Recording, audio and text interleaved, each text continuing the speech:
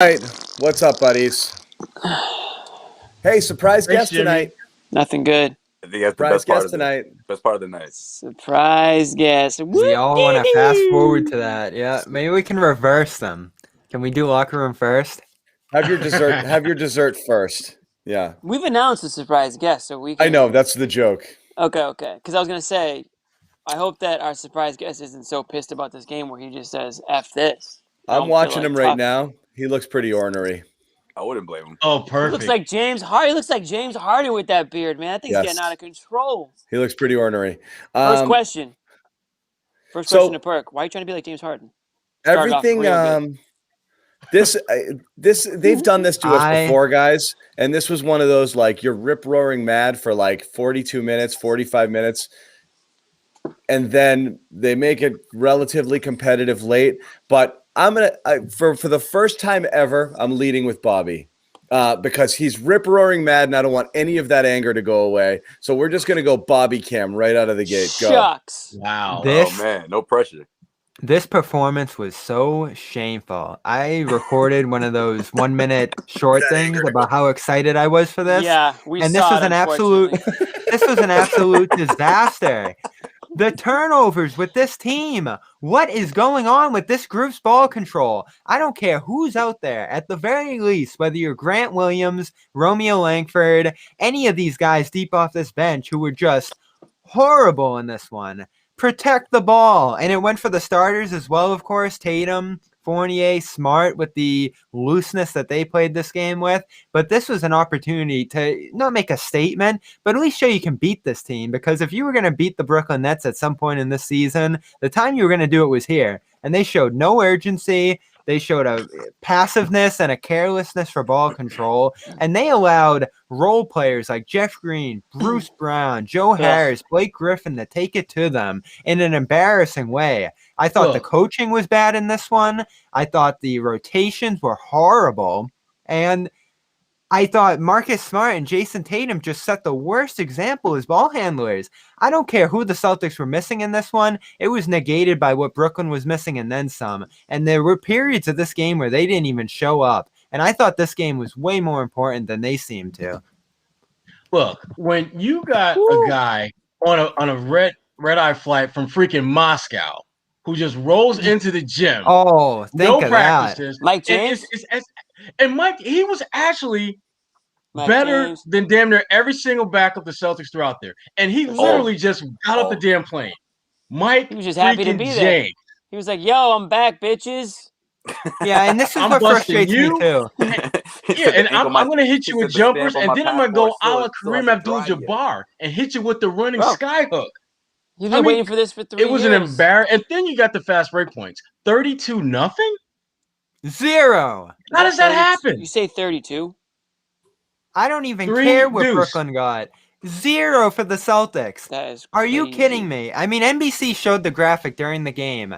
This is the best points per possession transition team in the NBA, and they never, ever run. It starts with defense because the defense is bad, and if you're not getting stops, you're not going to have a transition game. But beyond that, they just scrape along. The only guy I'm going to give credit on the Celtics tonight, and the guy who saved them, frankly, was Peyton Pritchard. That's it. He was the only guy that impressed me in this one. Well, I'm glad you said that, Bobby, because I was the one screaming in the text thread, being like, "Where is Peyton Pritchard?" Oh wait, now you're gonna put him in when all hell. Oh, those fourth quarter rotations, It my was lord! ridiculous. I thought in that third quarter they needed someone out there that can control the offense, just someone to tame what was going on because the turnovers were turning into quick points for the Brooklyn Nets, and you needed someone to be out there. Look, Marcus Smart, he was on one, and then he was making a silly pass every other play. Right? It was like he make a good offensive shot, and then he would commit a turnover. They needed that balance, and I was really surprised that we didn't see Peyton Pritchard sooner.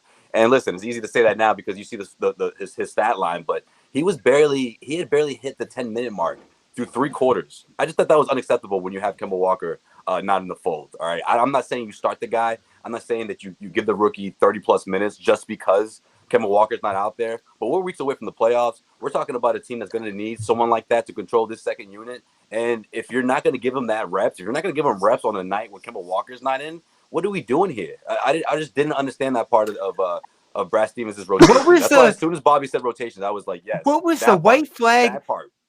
what was the white flag lineup to begin the fourth with Tatum in there? Carson I mean, Edwards. it's Carson one or the freaking other. Edwards was out there, man. Look at what's happened to these guys, Jimmy. Yo, This is, no, Bobby. hey, I'm John, not gonna have to say a just word saying, all this night. is beautiful. All right? I'm I just like nodding my head like, yeah. I won't say Well, a no, word it's- all it- night. It's just this is the kind of game where you have to make some kind of statement. All right, the Nets are. Well, they did. that- They made a statement. Yo, for real. You're right Yeah, about they just that. didn't make the statement you wanted them to make. You're Listen, right this, about Yo, that. the This Celtics loss, let the Nets show how deep they are as a team, and then the Celtics did nothing about it. When regardless, okay, you don't have Jaylen Brown out there, you still have Tatum. You're not playing against Kevin Durant. I thought this was a great opportunity just to grab a win, not sure. blow them Well, I've out. done But my- just grab a win. Go out there I've and done grab a my- win. I've done This- my best to defend Grant Williams against the herd here, and I can't do it tonight. I just can't. They're gonna have to have Adam because there's nothing I can say after this one. Serious Oh, Shaq is question. for sure. If you put together Grant Williams' lowlights tape, would it be the worst tape in the history of a single It's up season? there. Like some of his stuff is so ugly. Forget like bad play or not being impactful or That layup was just wild. some of his ugly shit is so freaking How- ugly. Yeah. How When he goes confused- ugly, he goes real ugly. Credit to How him. He goes confused all was out. DeAndre Jordan when he tried to help him up on the fast break? Jordan his head must have been spinning as he was nursing that injury on the ground. Yeah, so if the commenters are accurate, tonight's loss is entirely Grant Williams and Brad Stevens' fault. And No, that's that. everybody shares. I'm some just blame kidding. here. No. I mean, Wait, hold on. This Pass loss. the rage stick to Jimmy because he Yo, wanted to get a Shemi little started this game. Yeah, I mean, Yeah. All right, John, think about that. Here's the thing. Here's why I'm not even. You know what's the worst part about my reaction is that I'm not even really that surprised. Like that's the worst part, right? The opposite of love or opposite of love is indifference. That's how I feel about this team right now, man. Because this loss was just like all their other losses. You know, they go down big, claw their way back to this fake little comeback, and then lose, and then. But drag this out has the been last such a 20 good minutes month of for the game. them, Jimmy. I mean, It they've has been, changed it has been, themselves. but when the big boy teams come to town, what happens to the Celtics in most cases? A lot of times, they come back down to earth a little bit. So that's what we got tonight. And honestly, you had a game from Kyrie Irving that was, defensively excellent, but offensively very meh. Below Yeah. average offensively. I mean, he filled up the stat sheet because that's what great players do. But this was a game that without Harden, without Durant, with Kyrie Irving scoring 15 points, if you told me the Celtics won by 20 points, I wouldn't be surprised if you told me those three things happened. But instead, you got Bruce freaking Brown coming out of left field, dropping 15 on you. Joe Harris turning into Steph Curry. And, like you said, Jeff Green, doing what Jeff Green does, which is, make a career out of being like the fifth guy on the team, doing that again. And Hey, the he's doing pretty Celtics well are at just it, man. sleepwalking through the game, and then they make it look interesting in the end, but ultimately come up short like they always do in these situations. So, I'm glad that Bobby came around on this one because I couldn't go another show with him picking out the good moment. Yeah, but Do you see Grant, what you guys did? Grant could go out and drop You've 12. made Bobby mad. Bobby's turn right back. You up. made He'll him turn- very he'll do a 180 upset. Next week. You've He'll do a 180 next week. upset Bobby. Okay. I'm know, so because happy. What you did to the kid, man? When you lose, Bobby, you've lost the war. That's it. There's a pride factor when it comes to this matchup, and they just don't seem to be able to tap into it because again and again they've been embarrassed by this team, and we can go game by game whether it was Kyrie's return scoring upwards of 40 in the second night of the season that was just a competitive list disaster, the game out of the All-Star break where Smart got lit up by him again, and now to lose to Bruce Brown, Mike James, those type of players. Jimmy said it best. Kyrie barely showed up in this one. I just watched him didn't have- play up Smart's pass to the bench. That was tough. Oh, And then he yells at the players. We didn't He was even like, get into the Get late off the game sidelines. execution. Why are you guys standing there cheering for us? What's wrong? They're with in you? warm-up shirts, but I mean, it wasn't like they were wearing white jerseys, but I mean, damn. And someone said this to me. This was such a winnable game right up until the final minutes. The Nets let them right back into three with about 2 minutes the left. urgency? How, if you're Jayson Tatum, are you so careless with the ball there? He single-handedly kept them alive, so they're not even close if Tatum's not there. How do you allow that to happen? You're not even in a pressure situation yet. You're just bringing the ball up to enter. Right. I mean, I was just Yeah. inexcusable. Then he's mad at the refs. Then he's mad at the refs. Look, pass out of the freaking double, man. You know, like and crossing half court and you let Kyrie just jab step you and you lose it out of bounds. You can't do that. You can't do it.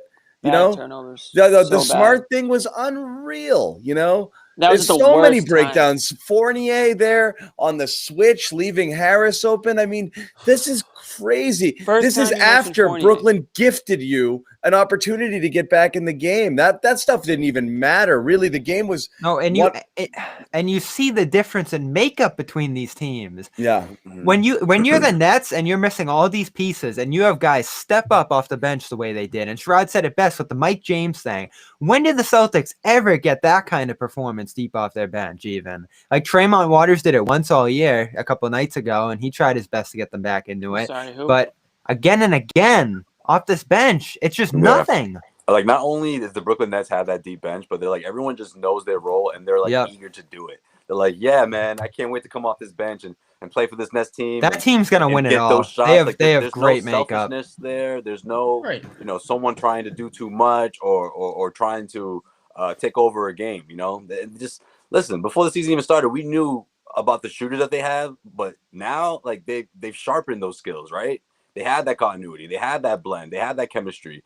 You can say what you want about the three superstars, and I think they've only played, 9 games together this season. But, I mean, the rest of the team looked pretty damn good, especially compared to the Celtics. I just thought Celtics team, I just thought it was a good chance for them to stand up for themselves, you know, to send a message, even if it's, without Durant in the picture. That's the thing, too. If we're going to give these guys, if we're going to say there's times in the season, right, but with the bench here, look, there's times during the season we look around and we're like, Tatum and Brown got to get these guys involved a little bit. Well, you know what? You got games here with 3 and 4 guys missing, and you've got a chance to step up and freaking do something. You can't play a game like Romeo played tonight. You can't play a game like Grant played tonight. I mean, detriments, absolutely negative value. Pritchard answers and they the started.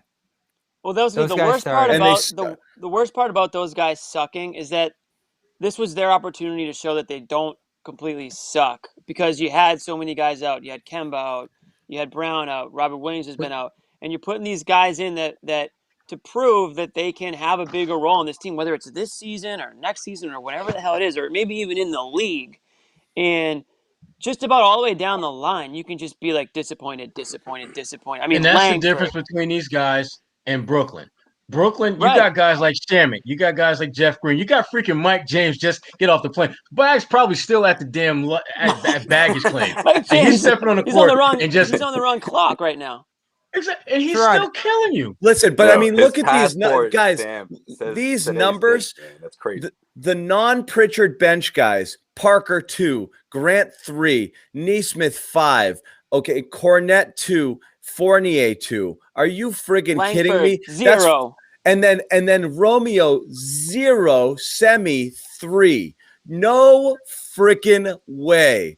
Unsustainable. This is how many guys here you handed 15 plus minutes and said, do something. And they did nothing. That is disgraceful. It's disgraceful. Beyond the stats, John, they make 0 impact, which to me was even worse. 0. Because if you only score 3 points, but you get it done defensively, you can live with that. They sucked defensively. They didn't score. They brought no value other than Pritchard off that second unit. That's warm bodies. That's it. You had 2 starters. Warm. 2 starters were 0s tonight, and then 5 bench guys outside of Pritchard. Absolute 0s across the board, not just the points. 0 contributions. And Fournier, first game back, absolute trash. Okay, he was trash tonight.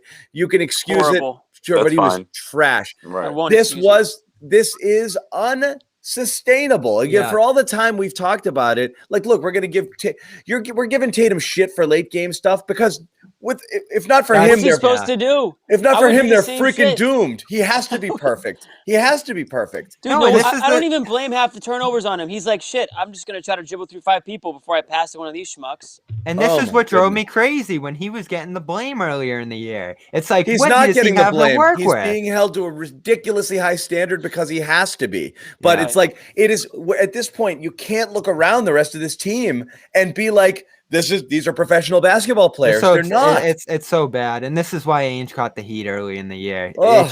It's just so bad up and down the bench, and it's got to change this offseason. And give him credit for trying to swap some stuff in and out when they didn't have a ton of flexibility here within the year.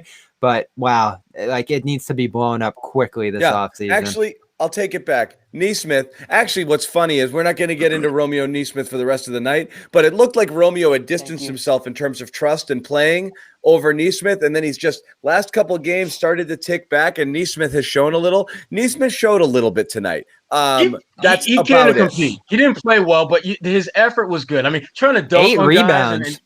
Guys he had 8 rebounds. Trying to dunk was a little not the right call. It was a bad idea in every sense. That was like Jaylen would do stuff like that too. He's like, I'm going to yoke it from back here, and he's like 15 feet from the rim. But also Jaylen can jump out of the gym. Neesmith can't. But that was something different. I like him. The guy got excited. I'll give it to him for trying. He also got on that poster, right? Yeah, but holy shit. It was one of those. As soon as it happened to you, he just went running back to the other side. Yep, I got. Holy S was that bad, man. I was psyched about tonight. Cornette's dunk. Don't forget Cornette's reverse jam. That was smooth. That was like the worst. He just turned around. That was an Ed Pinckney special. It was the worst. That frustrates me too. From a Bradford. Ed Pinckney, if he was standing facing the basket, he would turn around and reverse dunk it every time. Like that frustrates me too, and that's just one of the minor things. But 8 minutes for him. Have you ever seen a less emotional dunk than that two-handed reverse jam by Cornette? It was like game blouses. I'm just glad he got it over the rim. I wasn't sure how he was going to score. Oh my God, Cornette! Bobby actually, and this is how bad the bench is. Bobby was like, "Cornette just saved the game." Like that's how low we sunk. Stretch in the second remember quarter. that text he sent us? He goes, "Cornette saved the game." Well, they were about to slide down by 20 at that point, and then they ended up making it 9 before half, and he was part of that. But good that's just rotational goes to show how defense. low our expectations have gotten. You know. Again, though, if you're Brad and you're going to talk about how he replicates some of the things Rob does, and he's such a great passer, and he fits so well with this team, and we've had an eye on him forever, and then you play him 8 minutes, it's like, which is it? Are you going to integrate him more fully or not at this point? Because he played some good minutes there, and then they got away from him again. And I know you guys are going to laugh, but look at the other stuff they're working there. Yeah. As long as Rob's out, he should be playing. I don't know if he's on that same the same thing the same program I think Pritchard should be on. I don't know if he's on the same thing. You know, he's not. I don't know if he's quite there, but he's not. Pritchard barely getting in, barely playing 10 minutes of the first 3 quarters. Again, I don't know. I think especially when no one ahead of him had it going. That's exactly. Like, what's the alternative? Like, why wait for the huge deficit to press that button in that second half? And John hinted at this, sprinkling around minutes the way Brad did. That's probably not the right way to go about it. Because you're not letting any of these guys catch a flow. You're just guessing on the fly, is something going to work here? And then all of a sudden, you're not consolidating minutes on a guy like Pritchard, who's actually playing really well, because you're looking for, what can Neesmith give us? What can Grant give us here? Semi plays 17. It's just experiment city deep into the season. And I get it. That's how he approaches it. They found some stuff doing things that way. But tonight, they just had to kind of lean in on what was working, press some guys a little deeper, and really dig deep to win this one. And I thought that beginning of the fourth, where they were just completely guessing with 7 Edwards minutes, was so frustrating to me. And that seemed like more of a message than a guess. You know, like, if none of you friggin' guys are stepping up, I'll play this guy. Like, then you know you fucked up, right? You know, like, it's okay. But this is the point. One injury. I'm putting Carson in. Dad, I'm not mad. Dad's not mad. He's disappointed. Okay. He's disappointed. He's putting Carson in now. Okay. Oh man. Ugh. He's also going crazy. It's really bad. And I feel so differently than Jimmy, because I do see something with this team. It's a good thing for me. I think they have something. If they can stay healthy, if they can keep most of these guys that we talk about off the floor come playoff time, but it just seems so unlikely that that's going to happen. So, but here's the thing, Bobby. I mean, keeping most of the guys we're talking about off the floor, that means you're playing your core guys major minutes. That means they have to be healthy enough to play major minutes, which they haven't been. Yeah. It's a catch-22. It's a catch-22 for the Celtics. Damned if they do, damned if they don't with this team. And that sucks that we're having that it's at that point so close to the playoffs. Yeah. Yeah. Well, we Seriously. mentioned it. Somebody asked us last night in the locker room, like, what can this team do when they're healthy? Or, one of those variations. The question was like, you have no damn clue, like, what they're even capable of, because it hasn't even been close to, like, a healthy team this year. And you're coming down the stretch here, and this is the time where you want to see your full roster. And I think what I said last night on locker room was, Danny made this Fournier move to see what if this team is good enough, fully healthy, to bring it back next year, right? And to fork over the cash, or Wick, I should say, to fork over the cash to pay the tax. But if you can't see them all on the court at the same time, then how the hell do you know? Shaq's tryout season. Thank you, Dudley. Dudley was on the show last night. Was on the locker room show. Good time to pump our locker room show tonight, John. That was your We cue. will. I'll get to it in a minute. Finish your point. Jimmy. That's my point, though. I mean, my point is this. I mean, they've had shit luck all year with injuries and COVID and all this stuff. Danny brings in Fournier and says, "All right, guys, here's the missing piece, quote unquote, to see if you guys have what it takes. And oh, by the way, Wick's watching, and if you do well, he might bring you guys all back next year. If you don't, well, we might have to make some roster moves to stay under this, luxury tax and all this other crap that bad teams have to stay under because they're not good enough to win either way." So that's what I think the rest of the season is. And if you can't put a full roster out there, full starting lineup out there to see what you've got, then you haven't really proven anything. Isn't it frustrating, too, that the Nets have raced ahead of the Celtics when it comes to team building? The amount of shrewd moves that they've made with no picks available to them, no hope after that KG Pierce trade and the way that bottom fell out through them. And then over the last 3-4 years, they have just shot ahead. And it's not just Irving and Durant arriving. The Jeff Green signing, the Celtics haven't had anything like that. Getting Joe Harris, one of those underrated guys who didn't work in Cleveland, and making him what he is here. I even think the coaching staff that they have is impressive. Like D'Antoni on the bench, Vaughn in there working with the defense, Stoudemire in there to be a voice with the players. Kyrie on the I was going to say, Bobby, but we've seen this Kyrie before. The coach. That's happened so many times when we see one of these super teams put together, right? I mean, I believe in this one, though. But when you put together, when you have those two big pieces, you're gonna get the James Posey to come over, or that's true. The other free agents are gonna say, "Oh, those guys looking good over there. Sure, I'll take short money to join that team." It's interesting because when the James Harden, before the trade actually happened, obviously there were rumors out there. Obviously the Celtics were mentioned. Jaylen Brown is a big piece that would have to be part of that for the Celtics to make that happen. And you look back on it, and I'm not saying you wonder what could have been if the Celtics made that deal, but you wonder why, if you're Danny Ainge, you had to at least consider it, right? Because that's what this league is. Like you see teams like this every 5 years or so form. They go for their run, and you see if they could keep it together, or let's talk about it. Or restart. How you feel about it match now? up with a team like that? That's what I'm getting at, Bobby. Let me get there.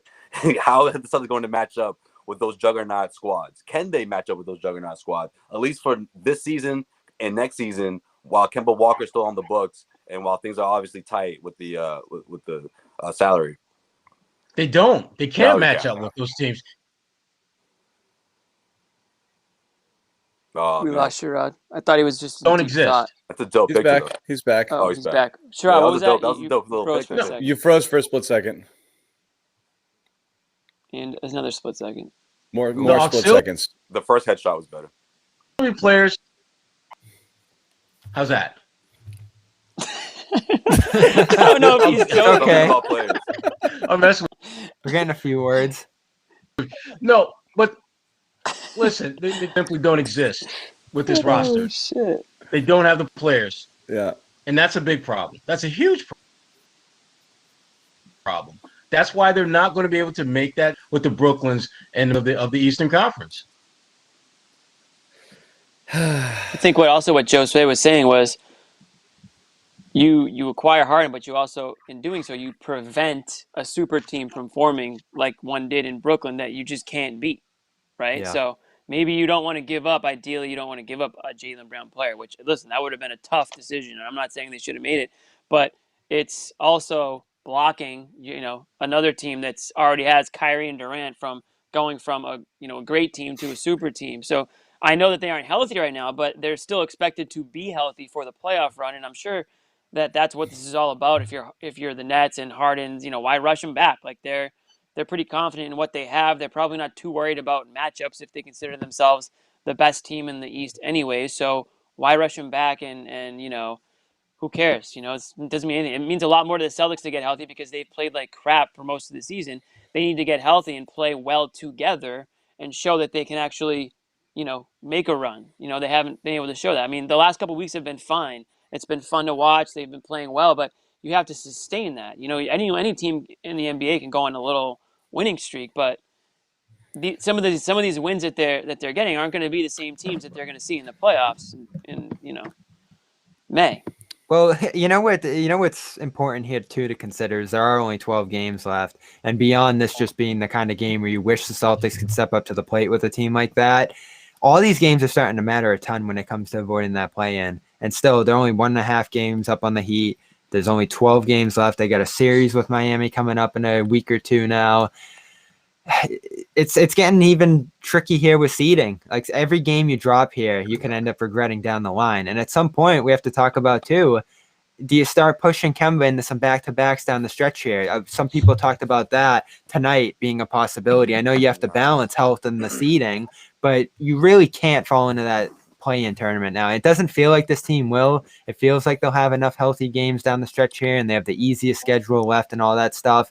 But there are a couple of back-to-backs down the stretch of this year that you look at and say, by that time, you might have to push Kemba in those. You might have to push some guys who are kind of on the edge health-wise. They want to steal some rest for Tatum here, Brad was talking about before this They're not going to do it. I mean, they're not going to push. I agree with that. I don't think you force the issue here. I don't think you force Kemba to do something that he's not going to have to do in the postseason. It's like, why force him through those reps when you can obviously try to prolong him, because if you want to see the Celtics make a deep playoff run, it takes a while, right? You're going to be playing deep into June, so you have to take all that into consideration. You don't want him to be wiped. I know, but one game and you could be done. Right. Or and one back-to-back, and Kemba could be done. You'll overheat him, You don't want to overheat him. You don't want him to crash. So, yeah.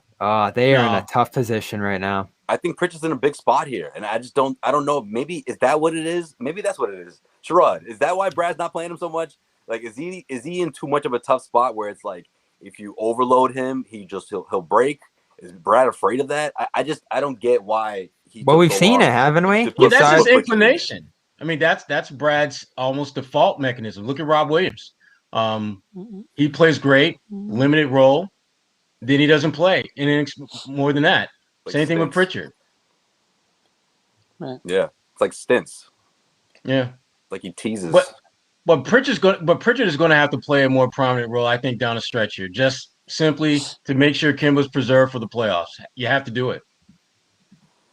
Yeah, I don't get it. But wait. So, what about if you get down the wire here and you're like Bobby said, and he's no longer with us? Pray for Bobby. You don't want to end up in that play-in game. You don't want to end up in any of those play-in games, do you? I mean, ideally, you want to avoid that. But Jimmy, which is better, to end up in a play-in game with a team that's relatively healthy, or end up as the 5th or 6th seed when you don't have Kemba? No, I want them to be healthy, but I mean, you're assuming that Kemba's going to get hurt playing, a back-to-back, which I'm assuming there's a greater risk of that happening if he plays back-to-back. Yes, I'm assuming that. Yeah, I just don't get the logic behind making him do something that he's never going to have to do in the next month or so in the postseason. Right. Like not even close. Just to get the win, just to avoid the play-in game. I mean, I think you should try to. But you have the Celtics have a favorable schedule. I know, but it doesn't matter. If they go into any game with this roster right now, no Brown, no Kemba, and no Rob, they're losing to everybody. Like they can't even beat Chicago right now with this group. I'll take a rested Kemba Walker heading into that playing game than one that's been playing in back-to-backs. Yeah, they're both bad scenarios because play-in game, you're looking at anybody's got a puncher's chance to beat you. A team gets hot, and you have one of these shitty ice cold games. And you play Brooklyn or Philly, and then you're going into Brooklyn or Philly, so you're dead there. You're dead, I think you got to fight to get to 5, but. I don't know what it's going to take. Let's let the cat out of the bag here on the secret. With what we have coming up here. Oh, hold on one second. We've got some problems here. Locker room after the game, right? Secret Everybody revealed. Wants to be here. Everyone's going to join us, right? Everyone's going to join. Every single person. Okay, well, our special guest that we messed around with you, of course, we revealed it earlier today, is Kendrick Perkins. Perk is joining us on the Locker Room app. Big Perk is joining us on the Locker Room app to chat with you guys, okay? This is really a treat. So absolutely we're going to shut up and we're going to let Perk run the show.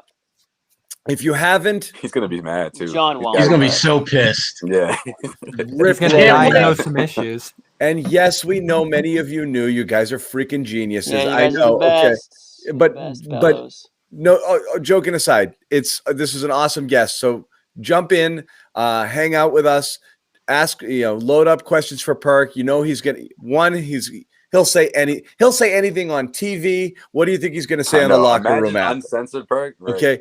Uncensored, unfiltered Perk here. He's going to join us. We're going to go over there. He's going to spend some time with us on Locker Room. We hope you do too. So again, download on the iOS store. Sign up for it. We're going to put the link to the show in the chat. We're going to go over there maybe 15, 20 minutes from now, and we're going to start chatting with Perk. Other guys will join us, and we'll kind of keep it going. I know there's a lot of people pissed off right now. There's a lot of fire. There's a lot of – what's funny? Normally I sense anger after losses. Today I feel like resignation and a little bit of depression. People are bummed right now. This is – crappy. This game really had just a crappy vibe here. Jimmy, can we bring you back, buddy? I feel like there's some adult beverages in order for this game, for Locker Room. Yeah, at least for the Locker Room, right? Okay. Yeah, we're on the same page. I'm looking at the stash and what you got? You got something tucked? You got something tucked for this kind of night? You got something? I do. What I miss? Snack talk? This is a Jack Daniels kind of. Oh man, night. Bringing out Jack. Ooh, yeah. Bring out J-Mo. I have J-Mo around here somewhere. I have a great wine lined up. I've been preparing all week. Bobby's been thinking about Bobby's got a rosé and a turkey burger ready to go. Bobby's like, win or lose, I was gonna open this bottle tonight. So yeah, let's go. Either way it goes. No, any smart thoughts tonight? That one was on my mind as well. Marcus it was Smart's a bit game. of a classic Marcus Smart game, right? Like a whole bunch of shit, and then he played his way back into there's Marcus doing stuff. Yeah. Feels like he narrowly avoided the blame game tonight with that second quarter push and then some of the second half stuff he did. But the first quarter, especially after they got off to that nice start, the missed layup that went back for the Harris three, the looseness with the ball that he showed in his own right, some of the missed shots at the rim. The freaking pass at the end. The pass, which is the only thing I can remember. And again, blaming the guys on the bench. Just like after the half-court shot. If you saw the replay, he said it with a smile on his face, and then he goes and laughing. Okay, so he was kind of like, initially everyone gave him shit for blaming the guys. Tristan Thompson was like, "Are you serious?" No, he was like, I'm just kidding. He was just frustrated. Come on, he yelled through his mask. It came off. No, and I know Scal pointed out too, and it was a good observation by him that Fournier should have been there. Fournier was just kind of floating in nowhere where he couldn't make a play. And again, you hit on it, John. Fournier just didn't do anything tonight. Another 0 for 7. You're just gonna tack that onto Fournier. Oh man. They passed 3 open shots up on that possession. Just so Smart could throw it to the bench. Definitely famine tonight. And they were so close at that point too. Yeah. Any interesting quotes come out that we know about? Anybody saying anything? I'm sure they said the regular season doesn't matter. Yeah. Yeah, right. So let's talk about it a little bit. We don't want to spend all the time in the world on the lesser people, because here's the thing, it's not supposed to matter. Are you sure? That's kind of the theme of the show. It is, but look, I'm saying it's not supposed to matter, because ultimately, with a healthy lineup, if you ever get it, you're not going to be spending any time talking about Semi or Romeo or Nesmith, because they're not going to play. If they are, it's going to be 5 minutes just to spell somebody situationally, and that's it. We talked about this last game too. If they ever get healthy, we're not going to sit here and have entire shows where we're just crapping on the bottom 5 guys on the roster that honestly aren't even bottom 5 guys. These are guys who under normal circumstances wouldn't even be active for games, some of these guys, and they're playing actual minutes. But the Romeo thing was the most depressing development of the entire night to me, because again, not just the negative impact. I mean, he started the second half and was benched 35 seconds into it. Okay, that's bad. Okay, that's as mad as you're gonna. That's as reactionary as I've ever seen Brad be. You really pissed him off. I'm starting you in the second half, and then it was foul, out of position, whatever. It was 2 bad plays on the defensive end, and he was like, gone. 30 at the 11:25 mark, gone. That is really rare for Brad, especially for a guy who had kind of made it into his little circle of trust. He played him 32 minutes the other day, and he was like, nope. Off the floor now.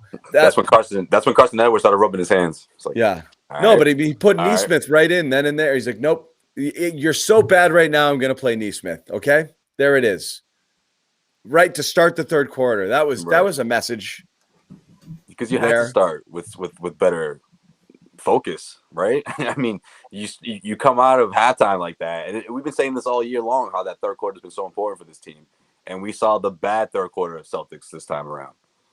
Yeah, it's not even so much about how they execute, but it's the effort. I mean, I think that's the thing that Brad is really just frustrated by. There just be too many periods where guys just aren't playing as hard as they should, and that gets him to a lot of trouble, night in and night out. Yeah, ball controls effort to some degree. We say that about defense all the time, but lazy exchanges, focus, and being on the same page as your teammates in particular is to a large degree effort. And it's something they miss night in and night out.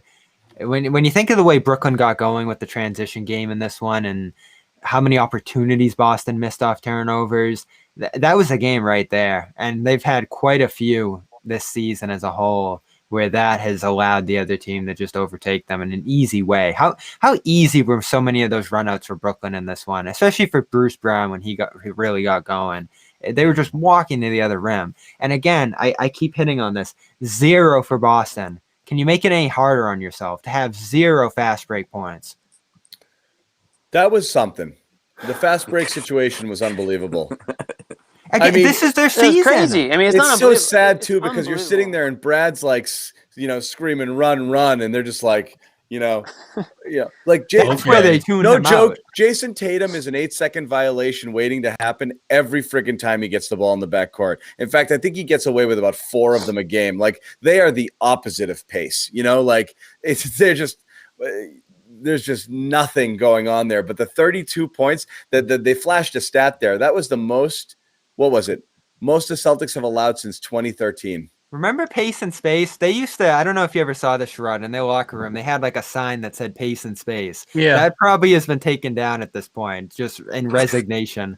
I'm seeing 3 fast break points on my score app for the Celtics. Oh, you got 3? I got 32-3. So they gave him 3. Okay. Still All right, pretty that's pathetic. Good. Still pretty pathetic. Don't get me wrong. Maybe it was that Grant 3 in the corner.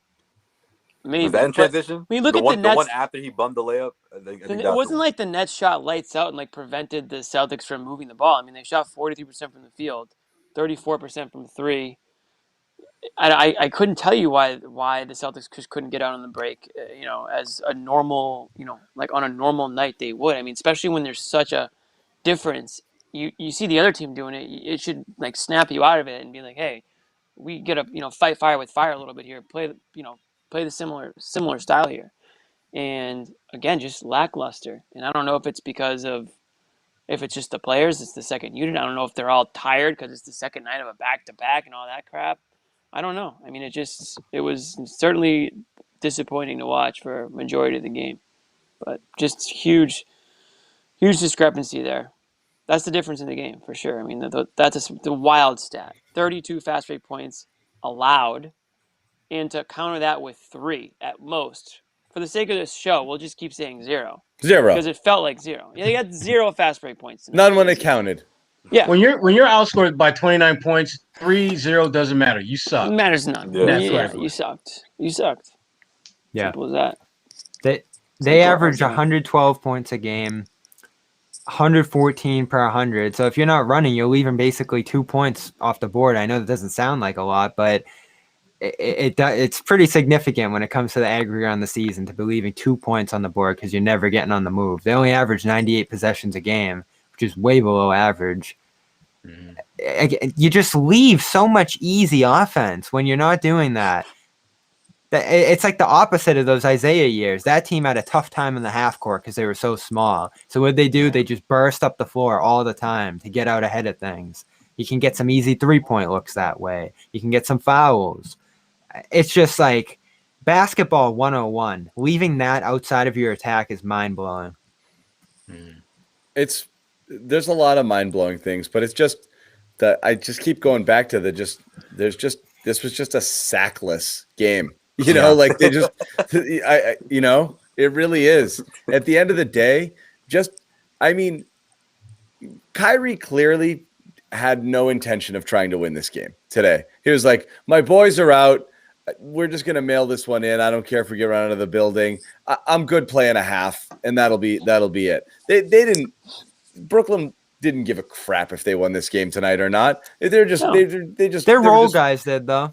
Yeah, they were willing to lay there and take it. I mean, this game was just, if you want it, it's yours. And they absolutely lay there and take it. Wow.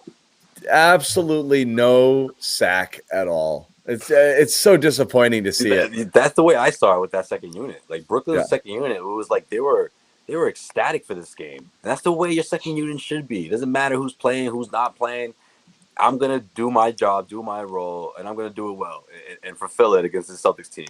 And through the first half, pretty much, they can already sense the energy. They can sense the energy out of the Celtics. They're like, man, we could really run these guys in the second half. And they did. You know, Joe Harris was probably the best example. I love Joe Harris. As Kyrie Me Irving, too. I like him too. As Kyrie Irving, I would like a Joe Harris. Yeah, he was ice cold Sparky. offensively. I think had he's 4 the most... steals, getting stuff done on the defensive end, but you got to take advantage of things when the Kyrie Irving's ice cold. You got Jayson Tatum out there. I think he's the most underrated player in the league. You think about a guy who shoots the volume he does, 48% from 3, yeah.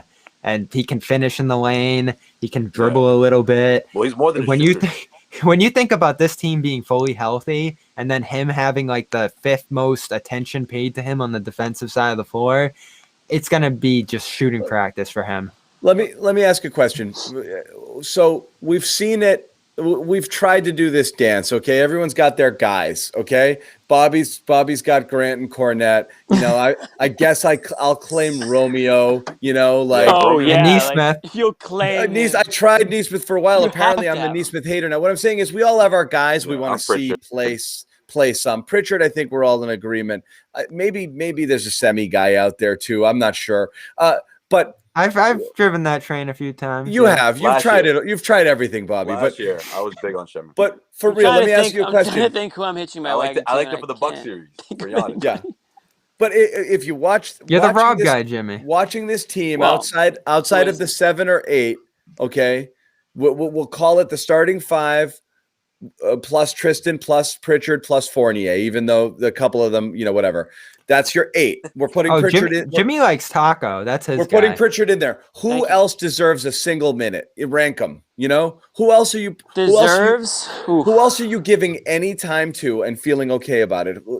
Assuming there's health and you have the 8, Jabari. Okay, that's because the Jabari is the one guy on the bench who can do something, who has a skill, has one discernible skill that can help you. It's not going to help you every game, but it exists there. The rest of them, I have no idea what the hell I'm getting. I would agree. I'm not saying I don't think he deserves it. He hasn't done anything to deserve it. But for the simple fact of what Sherrod said, you can put him in there and you expect him to do a specific thing. Whereas, like, you can go down the line. Shemi, I'm worried about him too. Langford, Neesmith, these guys, they all do the same. Oh, Grant, they all do like similarly nothing. The same amount of nothing. Yeah, right. No, when they do something exceptional, you need a few fouls. Right. Yeah, when they do something really, really exceptional, you're like, wow, he did that. If Jabari goes out there and scores 15, 20 points, is anyone going to be really surprised? Hell no. That's kind of who he is. I think I'd be surprised only because it's been so long, but that's who he should be. Put it that way. I mean, he needs to play in order to get it back. So yeah, Jabari is in there. Still Pritchard. I don't know. Call me crazy, but I like the rookie. Pritchard's in. Pritchard's in. You don't get to pick him. He's in the cool kids club. He's in. I put him in the circle of trust. Kemba. Yeah, he's got a. He's in the circle of trust. Yeah. He can be out very quickly, but he's in right now. No, nobody should be in it if we're narrowing it down to the it. rotation. But that's it. So And you didn't even have that guy, a week ago. That's how bad things are. But Mike James, well, for the sake of all of our collective blood pressure, I think we have to just stop getting angry at Romeo and Semi and Grant, and so do the commenters. Guys, just purge yourselves of the Grant hatred. It will get you nowhere. Okay. I don't know though, because It's like what are the odds? No, What are the odds I this think team It's people will hard be fully lie. to healthy? lead the shows with those guys every game. I know. Yo, someone. What on I'm Twitter saying said, is, you're someone on not Twitter supposed said to count on Yabusele's them. better. I was like, oh, come on, y'all. We said this during the Bulls game. It's a good thing Danny got put on the podium while all of those guys were taking full front stage view in front of him in that Chicago game when so many other guys were out too. He had to see all those picks he made and just see how it's going in year 2. You know, Scal was saying shit in the commercials, like looking at him like. I'll ask the commenters, will your lives be measurably better if they cut Grant tomorrow? Let's post some responses. Let's see No. what we got. Okay. No, because then you got another hole in the. They're like, yes, actually. Yeah, Because Grant's not going anywhere. You Grant's almost not need going someone anywhere. to hate, right? Like Grant makes you feel better about this, right? Because you have somebody to just place it to just unload on, right? This is what I say about all the players that people love to hate. It's The like you're gonna question miss them was- when they're gone. The question was, will you feel better? Okay. Yeah, I figured Yes. we'd get some of those. Wow. Yes, It's like everyone's saying yes. 85-15 breakdown here. Yes. Yeah. Okay, make that 88. Will you feel better? Yes. I wouldn't feel better. I've seen- I would definitely not two feel better no's. about that. Gotta be somebody who says no. I've literally seen 2 no's. I would be a third no. F no. That's another one. I want Grant around. That's the thing is, like, I feel like maybe Someone said Grant should go back to Grant's Harvard. Yeah. expected or asked to do too much, because of the lack of depth on this team, But not only We that, shouldn't- they've decided that they're going to go on the cheaper end of things with this roster. And we've talked about the ideology that got them here. Pick a bunch of guys who are very low money-wise, stay below that tax line, and just hope some of these guys improve. And very few of them have. So you're in a place now where you're right up against that tax line. And if they want to cut a Grant, they'll suddenly have to pay tax to do so.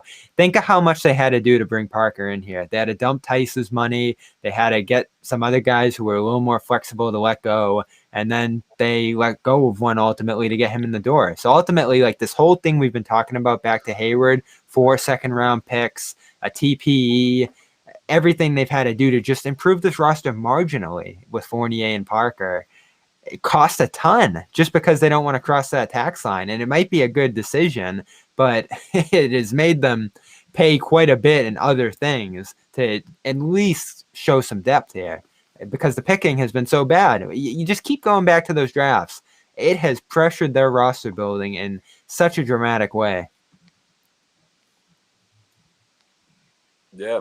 No question. Facts. But Bobby, you can't say this roster. I mean, again, we could talk about health and all that, but we've seen them put it together. It's just, I think that's why Celtics fans are so frustrating. It's when the good guys are available, though.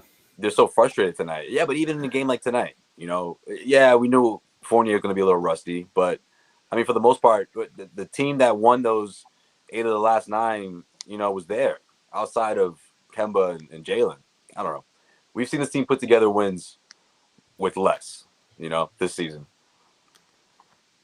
Yeah, but not against teams. Even with a modified Brooklyn team, the one thing that we've all agree on is that their role players are better than the Celtics role players. Yeah, they play harder. And we're not talking about top to bottom.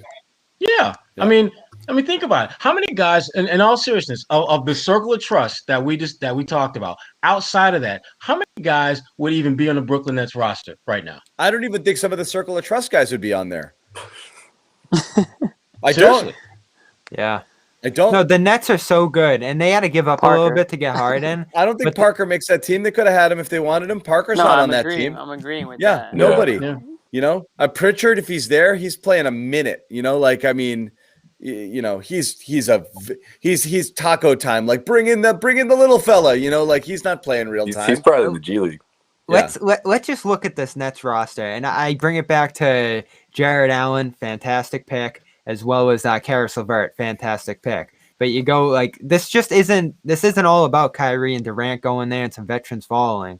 Bruce Brown, shrewd trade. Wow, that's like a second draft kind of thing that John talks about all the time. They found him and worked him into things. Dinwiddie. Tyler Johnson, Dinwiddie. Like they have just hit home run after home run when it comes to those small moves, role players, building a team.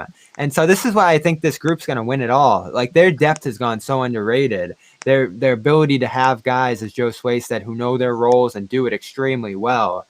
Sean Marks, their GM, has been brilliant, as good as it's come in recent years. I know Rob Pelinka gets a lot of credit out there in LA for some of the stuff he's done, but I think they've done an even better job in Brooklyn putting this together. Like there's no weaknesses there, really. I know they slip a little bit defensively, but you see they're able to stand up and harden on that end too when they need to. And they did it tonight. Like they did a great defensive job, I thought, against Boston. So I've been high on this team from the start. They've gotten better. I think they're going to win the East. And I give them a real shot to win it all. I just love the pieces they have. And even if one guy gets hurt, I know injuries are the big concern. You're going out on a limb, Bobby. You think Brooklyn's got a chance? Well, I mean, they got a real chance. You guys were doubting that. I can pull the tapes on we that were one. like in friggin' before the first like preseason November. game. The second I watched Kevin Durant play, Harden.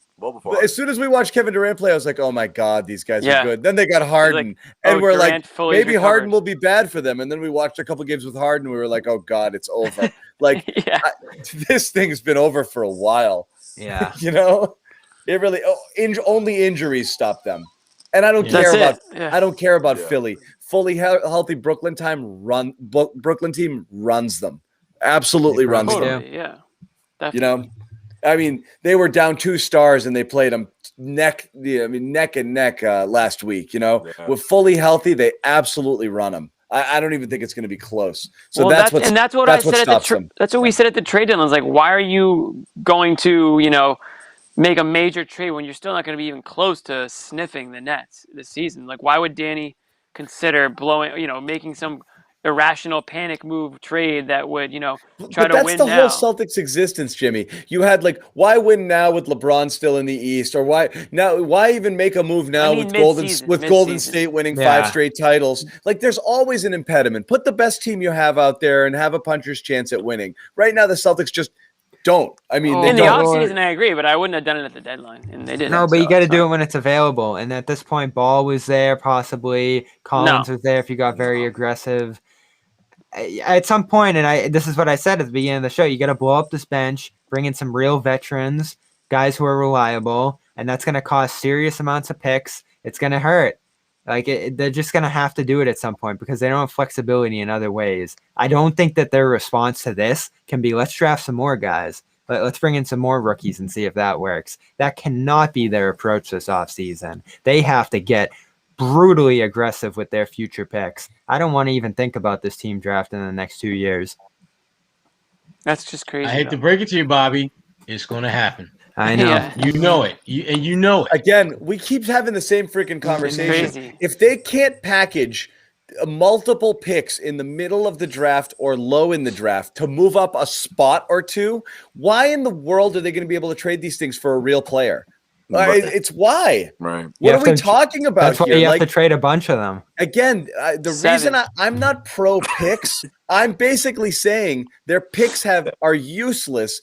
So you get a better shot to hit a home run with one of them than you do to convert 2 picks into a real player. It's picks plus players. We just don't know though because they haven't tried. The problem is they don't have the plus players portion of the deal. Please don't do this, guys. Don't do this again. It's the same thing. It's the same conversation. We've had this so many times. Everybody wants players. They don't have them. No, but John, I mean, you're looking at this from a perspective of they have tried to put all this on the table and it hasn't gotten them anywhere.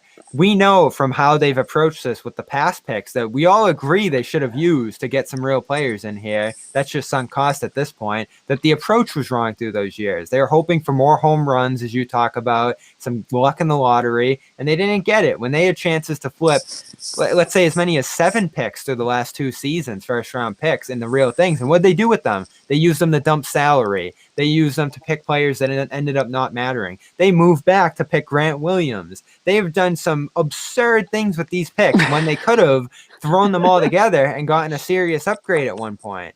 So like you keep holding on to these, and then you get to draft night, and you're like, oh, what do we do with it? We're picking 14th, and we can't move up because guys know it's 14th at this point. You have to do it ahead of time, and that's another reason I was pushing for stuff to happen at the deadline. Like they can't just keep making that mistake over and over again. So Or guys, can they? You two will never agree on the value of those picks. Like that's it. That's the problem. Like there's no like you guys are not going to be on the same. if page. only you had an opinion you could share. You know my opinion, John. Nobody wants those damn picks, man. Like that's the thing. All right, then jump in there. Don't be neutral. Everyone's got to like Josue. No. No. I'm saying the point is, if it was that simple, Danny Lay it would've on the pulled line. off. Look at you guys disagreeing. Lay it on the would've line. pulled Have it some off commenters hate you for once. It's cleansing. Yo, it's Yeah, you'll like feel good. Trust me. we've been down this Jimmy road knows. so many damn I times. know all too well. You know, Yes, like we I have. know. Lonzo Ball. That's my like, point. You think a stack of a bag full of Okay. 20 and 22 picks or whatever the freak it, well, whatever the best case scenario is what the 14th pick. You think that's gonna get it done to get someone like Lonzo Ball? So guys, What, I'm we- wrapping this. Hold on, I'm putting a timeout. I'm gonna let Josue This is why I don't want to disagree do this. with Bobby on the post-game show. Get me riled up. Kendrick Perkins is in the room. He's in the house. He's in there He's right here. now. Okay, he's actually in locker room at this moment. So we're going to run over there right now. We're going to start chatting with him. I do want people to hang here for a little while longer if you want to listen to the draft picks debate. They're not gonna listen to us if Perk's on the other side. Doesn't matter. You guys hang for a few minutes and then wrap this up. Send everybody else over. All right, Guys, see ya. Sherrod, head Very over. brief. Go. Get out of here, Boomer. Recent setbacks. but I'm already No, here. you're listening to Nick. I don't want to hear him. Oh Yeah, no. I can hear. I hear Nick. Yeah, Nick's gonna scare Perk off. John, get over there. Where's Nick's gonna Bob? scare Why does Perk off. Bobby leave every time I say I'm leaving? Because he like tries to switch over. This happened to me last You're right. night. It Every was just time. me What is staring he at myself. doing? Be prepared, Bobby. Okay, The every last time I time- leave, you Last friggin' time I was leave. by myself, and luckily, John, if you didn't catch it, you would have just left too, and you didn't realize it. I left Jimmy last time. I gotta get No, I'm together. pulling up here. the locker room app as we speak. Here it is, Celtics Nets OT with Perk. There it is. And there's All right, Kendrick Perkins. bye. See it All right right. there. We won't be long. We already Sounds have funny. 78 people on. There's Sherrod's on. There's You know, by Perk. the time we Big wrap Perk. up here, it's gonna double. Here's a question. Yeah. How did Perk already get the check mark? I haven't even gotten my check mark yet, and I've been doing this damn Oh, locker room come show on. for Don't weeks. complain about Perk having Here the we He go. check just mark over signed here. on. Get me Yo, off he this is stupid He's Kendrick view. Perkins. Champion. All right, Jimmy, he got that check. Oh all my right? lord. I asked my cousin. My cousin's probably what? He was born in like 03. He didn't know who Perkins was. I couldn't believe it. No, your 'Cause cousin's what, got problems. he was probably 5 when they won the championship. Yeah, Cousin's And got then some say. problems. But still, 2010, 2011, he was still with the Celtics. yeah, me so off he was this like view. 8. They traded him. Jimmy hates this view. All right. Thank you. Few rapid I fire was waiting questions for him and to we say are something. out of here. We are not Yeah. hanging out long with We got some Perkins in the questions room. that came in or what? Let's see. I got a question, Bob. What was that awful Twitter video that you posted of you earlier, man? Like rah rah Cisco Mbata the Celtics earlier today.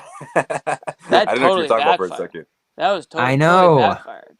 No, and it wasn't a prediction. It was just like, hey guys, I'm gonna try to pump you up a little bit. Like I'm excited about this game. Can we get into Yeah, but this? then I think you pumped yourself up about it, and you were like, Yeah, you I know don't what know. think we pumped And- anybody up. If the Celtics won, Jimmy wouldn't be saying this. That's the thing. It would have been Yeah. perfect. It was Celtics ruined tough. it by not winning. What do we got, Bob? Anything? I'm not seeing questions, but I haven't called for them either. So fire away, guys. We'll Guys, take shoot some some rapid questions. I fire want ones. some perk If you questions. got an For people who Android- can't- Oh, can't that's a make it. good one. Yeah. All right. So if you are an Android user and you can't get in the room, And you've never Fire been in a your group text questions. in your life. You've never had a group of friends in a blue group text. So you don't even know what like real friendship is. If you're one of those people, send us some questions here since you can't jump on the. Hopefully, the locker room app will get the Android pumping soon. I don't know what They the better. I don't have any locker room connects, so I don't know Yo, what not the a deal lot. is there. Not a lot. Good amount.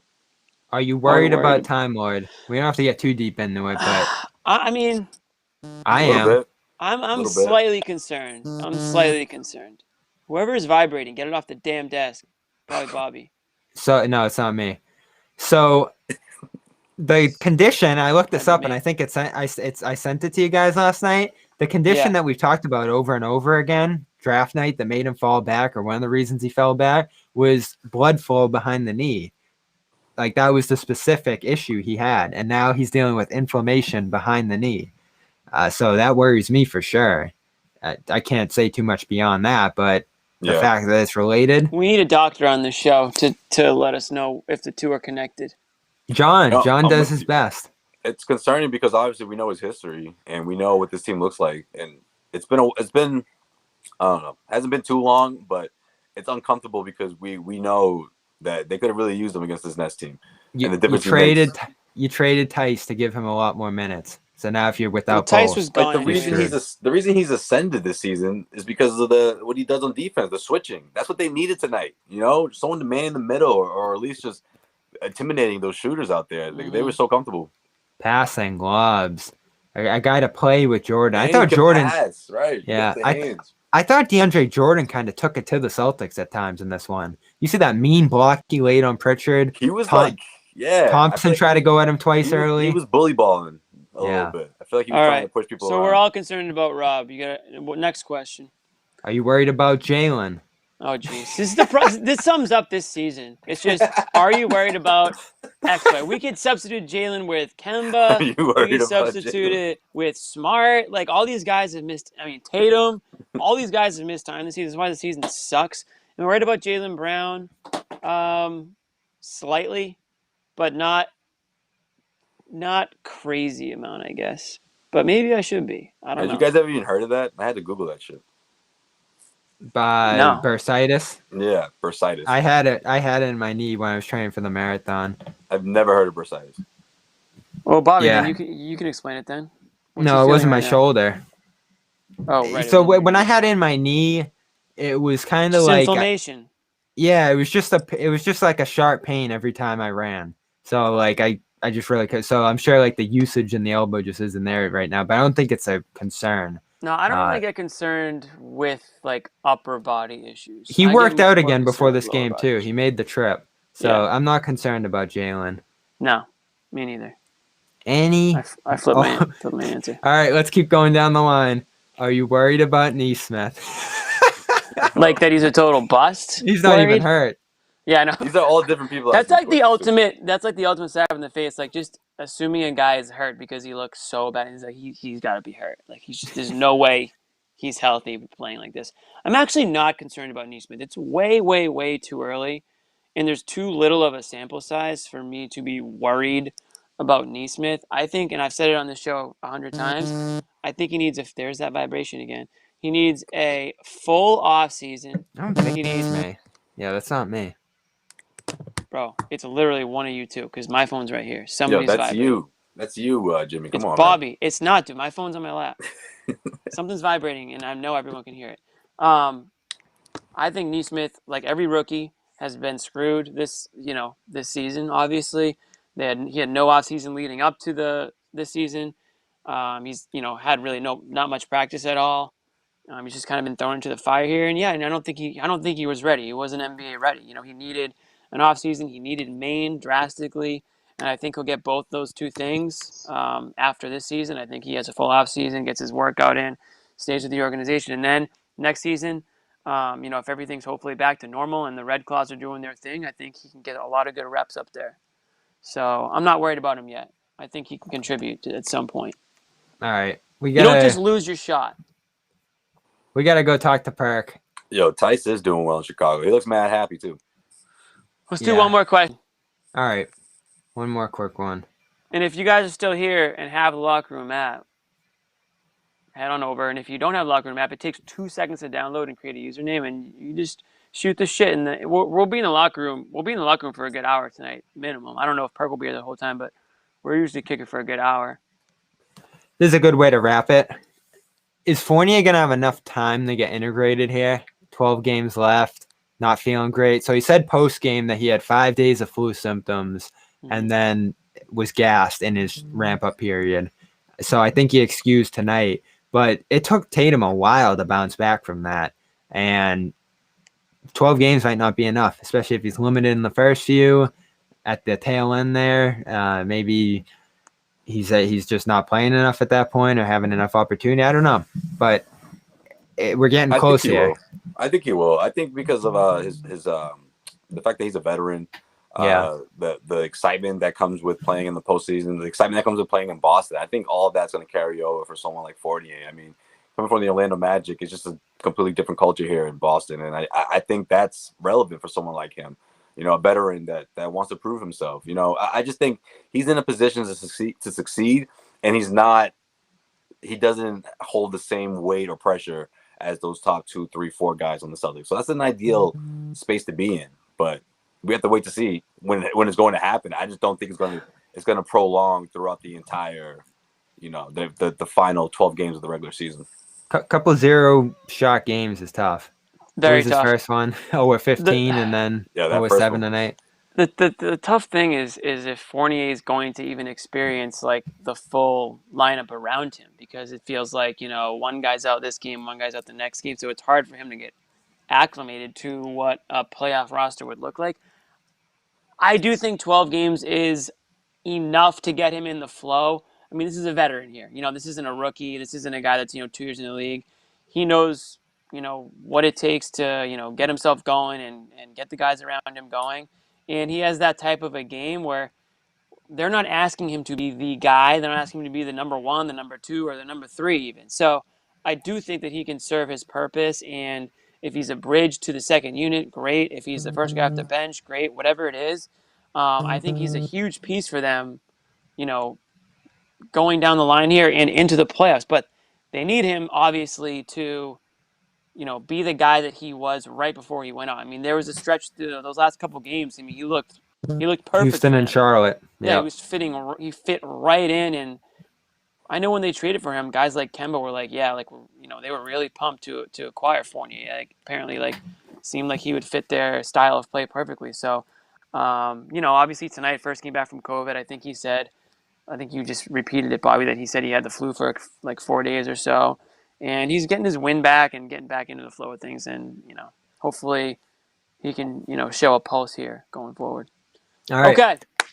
Let's go talk to Kendrick Perkins. We got 155 people in the room. Oh my God! 160 people in the room. I gotta get over there. Yeah. All right. Thanks for sticking with us, guys. I still have the comment screen up here, so even though we're about to end the stream, you can send your questions if you're an Android guy, and we'll try to get some of them on the air. Also, if you can't listen live, we do post the audio to our Celtics post-game podcast feed. So make sure you go subscribe to that wherever you get your podcast, Stitcher, Spotify, some of those other places for Androids. Yes, sir. Next game is Sunday at 1 o'clock against the Hornets. We will see you on Sunday afternoon.